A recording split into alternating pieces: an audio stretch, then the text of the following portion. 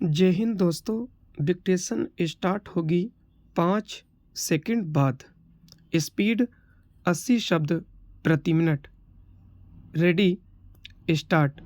यह अच्छा हुआ कि सुप्रीम कोर्ट ने नागरिकता संशोधन कानून यानी CAA की अधिसूचना के अमल पर रोक लगाने से इनकार कर दिया। यह इसलिए स्वागत योग्य है क्योंकि किसी भी कानून और उसके प्रावधानों पर फैसला उनकी संवैधानिकता की जांच परख के बाद ही होना चाहिए। इस पहलू पर जोर दिया जाना इसलिए आवश्यक है क्योंकि कुछ वर्ष पहले 3 कृषि कानूनों की संवैधानिकता पर विचार किए बिना ही सुप्रीम कोर्ट ने उनके अमल पर रोक लगा दी थी। इसका नतीजा यह हुआ कि कृषि कानूनों का विरोध करने वाले संगठनों एवं राजनीतिक दलों को यह माहौल बनाने में आसानी हुई कि कृषि कानून सही नहीं। इसी माहौल ने ऐसी परिस्थितियां बनाई कि सरकार को ने चाहते हुए भी इन कानूनों को वापस लेना पड़ा। जैसे कृषि कानूनों के खिलाफ ढेरों याचिकाएं दायर की गई थीं, वैसे ही नागरिकता कानून के विरुद्ध भी इस कानून को लेकर दायर याचिकाओं की संख्या 237 है। इनमें से केवल एक उसके समर्थन में है। शेष सब विरोध में याचिकाएं दायर करने वालों में राजनीतिक दल और नेता तो हैं ही।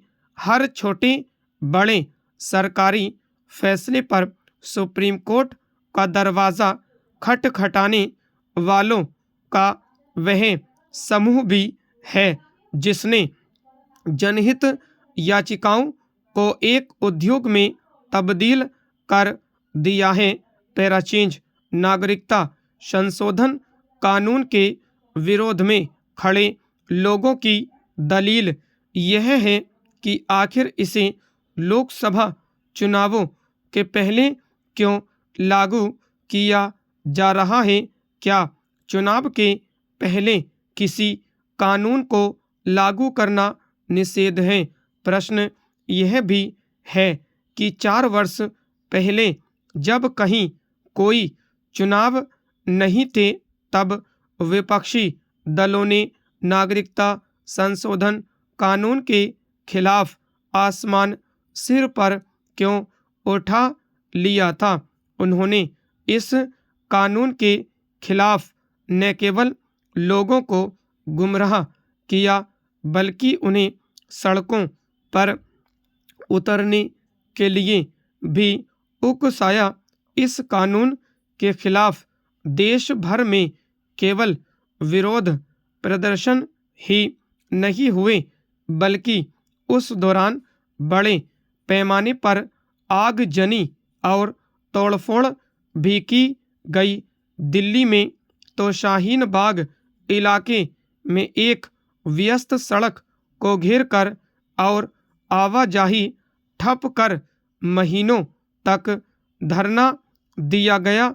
इसी धरने के कारण दिल्ली में भीषण दंगे हुए जिसमें 50 से अधिक लोग मारे गए।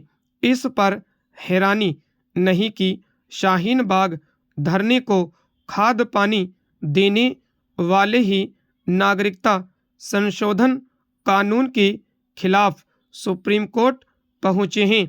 वे यह जान रहे हैं कि इस बार लोग उनके इस झूठे दुष्प्रचार में नहीं फंसने वाले कि इस कानून के लागू होने से भारतीय मुसलमानों की नागरिकता खतरे में पड़ जाएगी। इस कानून के विरोधियों को यह समझ आए तो अच्छा कि काठ की हांडी बार बार नहीं चढ़ती। स्टॉप।